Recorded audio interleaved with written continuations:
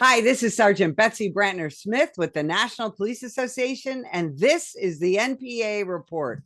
We are starting a new series today because we really want to highlight the work of the Law Enforcement Legal Defense Fund. And we also want ordinary Americans to know that there are police officers in this country, heroic public servants who are being wrongly prosecuted and wrongly persecuted simply for doing their job. As I travel the country, the number one fear that I hear from police officers, unfortunately, around the United States is not, am I going to get hurt?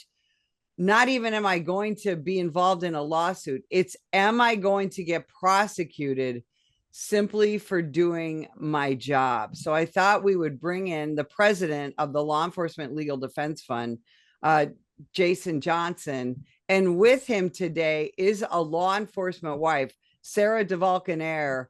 Her husband, Eric, was involved in one of these, what I'm going to call a malicious prosecution, which Sarah and Jason will further explain. Guys, welcome to the show. Thank you so much for having us on. So Jason, kick us off. Tell us about Eric's case. Tell us about the Law Enforcement Legal Defense Fund. Yeah, thanks, Betsy. The Law Enforcement Legal Defense Fund is a nonprofit organization. We've been around for just about 30 years. We'll celebrate our 30th anniversary in August of this year. And our main purpose and the sort of the founding purpose of the organization is to provide legal defense funding for law enforcement officers who have been wrongfully, or in some cases even maliciously, charged with crimes related to their work. Most of our cases, a vast majority of our cases, are criminal cases in which the law enforcement officer is a defendant charged with a crime, and the majority of those cases they're related to a use of force, often a use of deadly force by the law enforcement officer. And so we've been successfully doing that for 30 years. We have, as you might imagine, currently a higher caseload than we've had in our history. Historically, we would carry 1 to 2 cases sort of at a time that we'd be actively fundraising on and funding, providing for the officer's legal defense. Currently, I mean, I sometimes lose track, sadly, of how many cases that we have, but we're currently supporting over 10 law enforcement officers. We have a sort of a waiting list, if you will, of cases that we're reviewing to intake. I anticipate that in the next quarter we'll take on 1 or 2 additional cases. So it's a sad commentary, but unfortunately, business is good for us right now in the sense that we're carrying a lot of cases. We're actually been able to support a significant number of cases financially, which is good news. The bad news is that we have so many cases that we're being called upon to support. As to Eric DeValkenaere's case, this is a case that I became aware of back in 2019 or 2020, probably, is when I first heard of Eric's case, and we originally got involved after Eric was charged with manslaughter and armed criminal action in Missouri. So I'll describe the sort of briefly as I can. It's sort of a complicated case, but I'll do my best to summarize how we got here. So Eric, first of all, let me talk briefly about Eric. He's was a 20-year veteran of the Kansas City, Missouri Police Department, married to Sarah, 3 kids. A great guy, and Sarah will talk more about Eric. I got a chance to meet him along the way. I've spoken with him a few times, and and beyond that, I've gotten to learn about him in a number of different ways. And I mean, just a fantastic guy, a family man, but dedicated to his career. His dad was a career Kansas City police officer, and many other family members in law enforcement and public service, and an excellent police officer, and it had been identified as such many times over throughout his career, had a variety of assignments that really demonstrated the trust and confidence that the police department leadership had in Eric and his judgment. So I'm sure it came as a big surprise that as a result of a 2019 case in which Eric was forced to use deadly force against an armed individual that threatened his partner, Eric did use deadly force, and unfortunately Cameron Lamb, who was the individual who was armed that Eric was dealing with, did die as a result of that. And that resulted eventually in manslaughter charges against Eric. This is a case, Betsy, that we see at the Law Enforcement Legal Defense Fund. We see a lot of these cases. I mean, a lot of people seek our funding. We don't fund every case that we see. Certainly, we believe in every case that we accept. We believe very much in the officer that was involved, or we wouldn't accept the case. But I have to put Eric's case even above most of those. I mean, this case is an absolute travesty of justice. Put an underline under that, put it in bold. Absolute travesty of justice. And every single individual that's been involved in the system, from the prosecutor to the trial court to the appellate courts, everyone has participated in this travesty of justice. And I don't say those kinds of things lightly. I'm not a bomb thrower. I'm just looking at the facts of the case, and I'm seeing what happened. And this is exactly the type of case that really gets our juices going here at the LELDF. And we really do need help to right this wrong. So how did Eric, and I've read about him as well. How did his use of deadly force put him in prison? Well, it's interesting, Betsy, because this is a case where you heard I said earlier that Lamb was armed. I mean, all of the evidence supports that Lamb was armed with a .45 caliber pistol. One was recovered from the scene. It had been previously reported stolen. It had Lamb's DNA on it. It was loaded with .45 caliber ammunition, and matching ammunition was found elsewhere in Lamb's garage. There just isn't a lot of question about it. There was some speculation early on that the prosecution was going to try to allege that police actually planted the gun. Absolutely nothing to that. Zero merit to that. And so no evidence of that was presented at trial. The trial court actually relied on something that frankly, I think it blew most of us away. It was completely unexpected that the trial court actually used the Fourth Amendment as a way of convicting Eric. The trial court felt that the entry into, and we probably didn't have time to go into all the nitty gritty about the origin of this case, but it's essential, I guess, to talk about how the trial court arrived at their conclusion is that Eric and another officer named Troy Schwalm were responding to some information that Cameron Lamb had been weaving in and out of traffic and running red lights and cutting people off and just doing all sorts of dangerous things. Turns out the reason that Lamb was doing that is he had just assaulted his girlfriend and was chasing her through traffic. The officers knew nothing about what exactly had transpired. All they knew was the information I just gave you that was reported to them from a police helicopter. They tracked Lamb back to the home, and they they walked into the backyard to encounter Lamb to investigate what had happened. They certainly had probable cause that Lamb had committed a number of violations, and reasonable suspicion that there was something more to it than just traffic violations. And in fact, there was more to it, as I just said. In an effort to investigate that, Eric and his partner entered the backyard, encountered Lamb. Eric sees Lamb pull a handgun out, challenges him, sees Lamb go to point the gun toward his partner, and then is forced to use deadly force. But the court arrived at the conclusion that the officer's entry into Lamb's backyard was in violation of the Fourth Amendment. And because of that, they said that they didn't have the privilege to use self-defense, even in the face of deadly force that was presumably going to be used by Lamb. And so it's very unusual in that regard that a court would arrive at that conclusion. It's contrary to decades of Supreme Court precedent on Fourth Amendment, on curtilage of the home, privilege to use deadly force. All these things were argued all the way up the judiciary of Missouri, all the way up to the appellate court, to no avail. And that's why I take the strong, that's why I say things like every part of the system that has touched this case, we have no explanation for the result. So Sarah, I want to bring you in. You're a cop's wife. I'm a cop's wife. And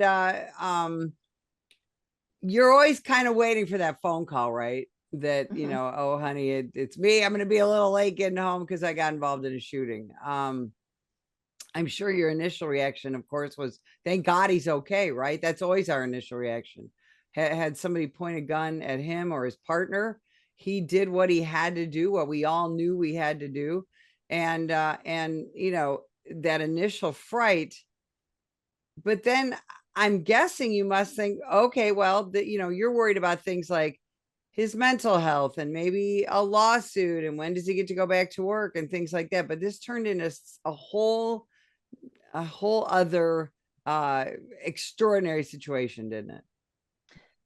It definitely did. One that, as a police wife, I'll be honest with you, I never even considered this happening. You do worry about them going to work and, like you said, getting that phone call of something happening.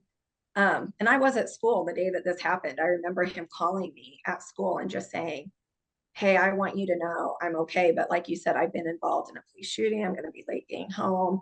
If you see this on the news, I just want, it's important to you know that I know that you're okay. I mean, that I'm okay. And I was, you know, thankful for that. And then, yeah, I remember him coming home that night and just holding him in my arms. As it's a devastating thing. No police officer that I have ever met wants to be put in a situation where they are forced to use deadly force. You know, I am a kindergarten teacher, so unlike you, I'm not put in, I make a ton of decisions every single day, but none of them are life and death. And officers, and my husband was put in a position where within seconds, he did have to make a decision, and he did rely on his training, and he did what he had to do. And I firmly believe that any good officer would have reacted the exact same way, because as terrible as what we're going through and what our family is going through right now is beyond hard. There really are no words for it.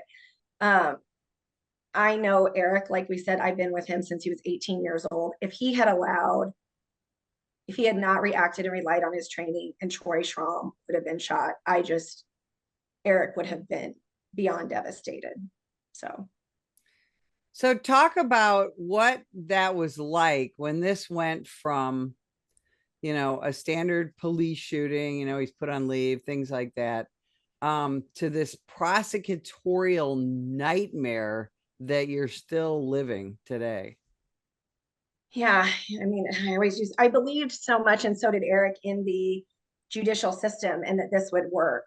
The shooting happened in December of 2019. And as you know, we had some very big events in our country that happened revolving police and different things. And he actually was indicted, I think, in the summer of 2020. So not long after that, which you'll never convince me that that did not play a role in it, that our prosecutor in Jackson County, it was an election year, she was going after that because of what it was and what had just happened in the country and all the national media that was around it. I think she was, you know, making a name for herself.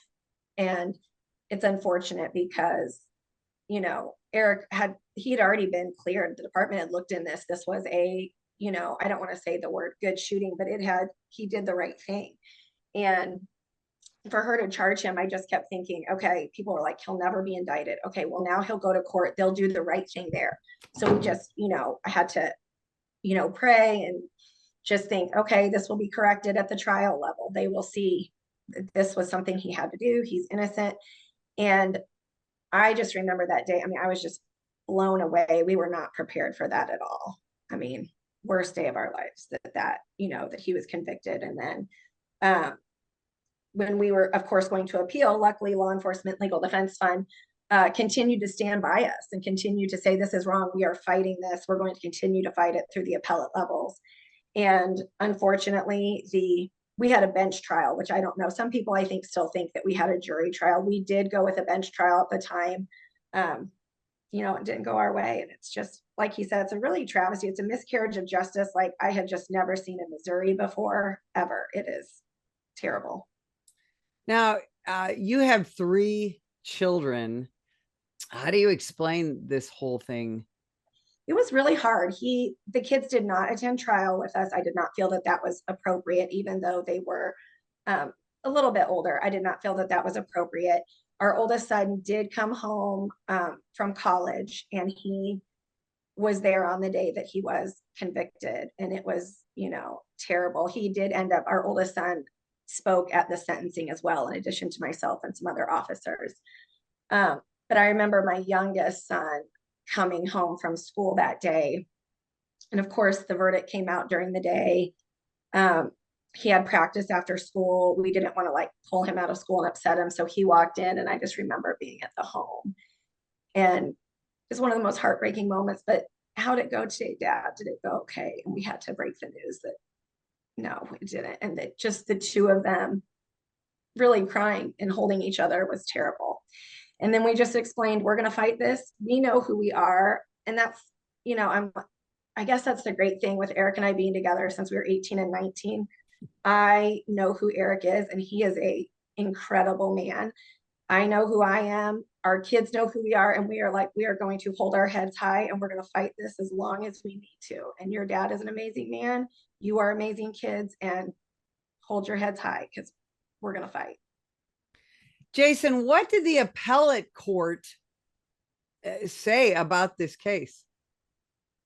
Well, one of the among the many disappointments along the way in this case, and I think certainly the first major disappointment was that Eric was indicted, and then the second was that the trial court, which, as Sarah said, Eric elected to have a bench trial because judges are supposed to be, impervious to public pressure, and they're supposed to look at the law and the facts. And when law enforcement in states that allow the defendant to choose a bench trial over a jury trial, commonly when law enforcement officers are charged with crimes, situations like this, where they're charged with a crime, they do choose a bench trial because they want to have a finder of fact that is sort of immune from public pressure or being misled by media reports and things like that.